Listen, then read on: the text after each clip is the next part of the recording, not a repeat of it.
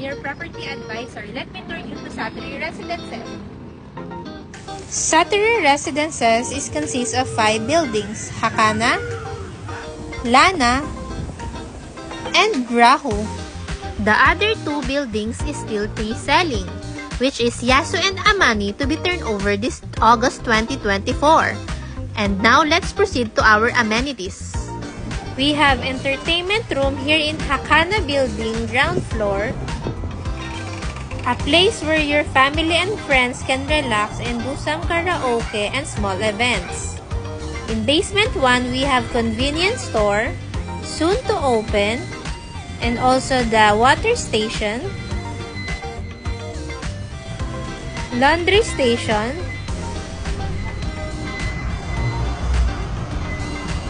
and we also